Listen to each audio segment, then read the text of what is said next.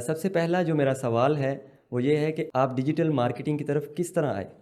देखिए ये कहानी शुरू होती है 2008 से। करियर मेरा 2006 से ई-कॉमर्स से शुरू हुआ था। 2008 में मैं बाहर चला गया, तो वहाँ पे मुझे एक कंपनी के साथ काम करने का मौका मिला जो कि डिजिटल मार्केटिंग की सर्विसेज प्रोवाइड करती थी।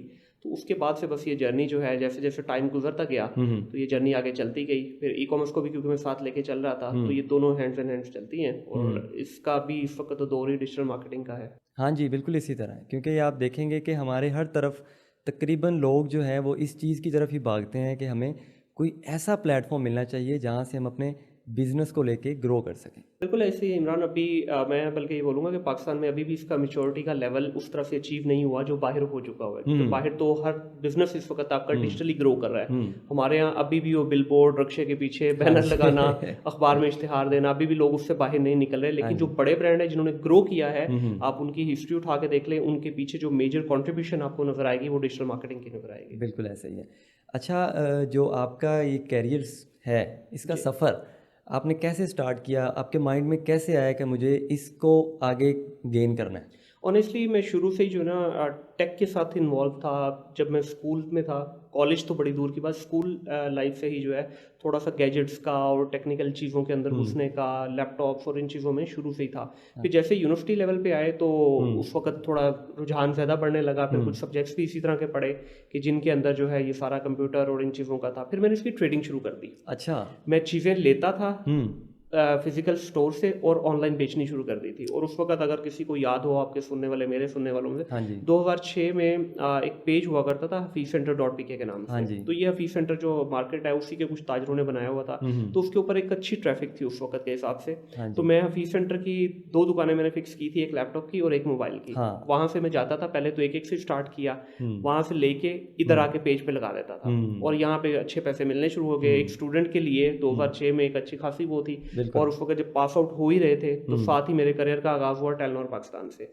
तो एक यंग बच्चा, 20 साल उस वक्त मेरी एज थी, 20 साल का बच्चा, उसको एक मल्टीनेशनल के अंदर काम करने का मौका मिल जाए, हाँ फिर जी। साथ साथ में इसको लेके चलता रहा। क्योंकि वो वहाँ पे मेरी वो जॉब हुई थी, लेकिन जो मेरा पैशन था वो गैजेट्स के अराउंड ही था। मैं हर महीने तकरीबन मोबाइल चेंज करता था। हाँ। तो वो शौक भी पूरा हो रहा था, साथ साथ पैसे आने शुरू हो गए। तो Very मैंने कहा good. यार इससे बेहतर तो कोई चीज़ हो ही नहीं सकती। बेहतरीन। फिर दुबई चले गए। दुबई में भी यही सीन हुआ। दुबई में सेकंड मंथ था मेरा, तो मैंने अपनी पहली ट्रांजेक्शन की वहाँ पे भी। अच्छा। तो वहाँ पे भी फिर आहिस्ता आहिस्ता अपना रास्ता बनाते गए।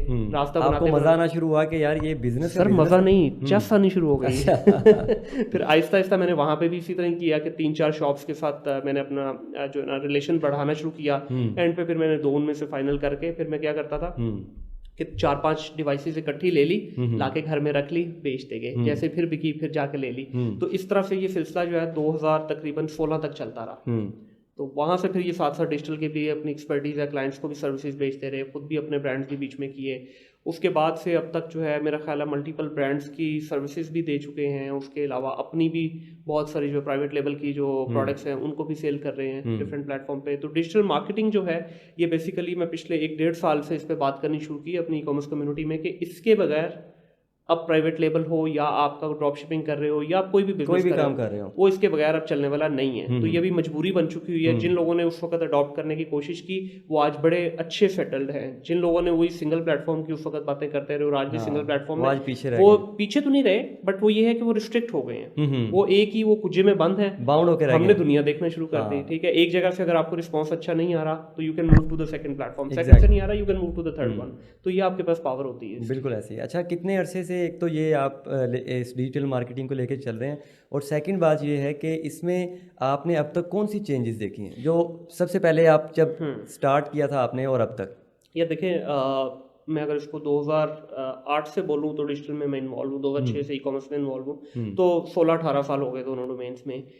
इसका हमने जो ओवरऑल पैटर्न देखा है चेंज होते वो ये समझ लें पत्थर के ज़माने से लेके आज हम 2024 में एआई के ज़माने में आ चुके हैं। ठीक है, तो इसका जो पूरा ग्राफ अगर आप देखें ना तो इसके ट्रेंड्स बहुत क्विकली चेंज होते हैं। अच्छा, डिजिटल मार्केटिंग हम बार बार एक वर्ड यूज़ कर रहे हैं, सुनने वालों को बताना चाहूँगा कि ये बहुत ब्रॉडर फील्ड है। मैं पूरी डिजिटल मार्केटिंग का एक्सपर्ट नहीं हूँ, ना मैं वो करता हूँ। हम लोग इसमें से बड़ी चंद चीदा चीज़ें जो करते हैं, जिससे हम जो एक्सपर्टीज है हमारी वो है परफॉर्मेंस मार्केटिंग। हाँ जी। अब परफॉर्मेंस मार्केटिंग का पाकिस्तान में बहुत कम लोगों को पता है, जो अपने आप को क्लेम भी करते हैं कि मैं परफॉर्मेंस मार्केटर हूँ, वो है नहीं है हाँ जी। ठीक है, क्योंकि ये एक पूरी साइंस है, it's beyond running an ads. लोग समझते हैं कि मुझे अगर फेसबुक की ऐड चलानी आ गई, गूगल की ऐड चलानी आ गई तो मैं परफॉर्मेंस मार्केटर। नो, वो आप सिर्फ ऐड चला रहे हैं।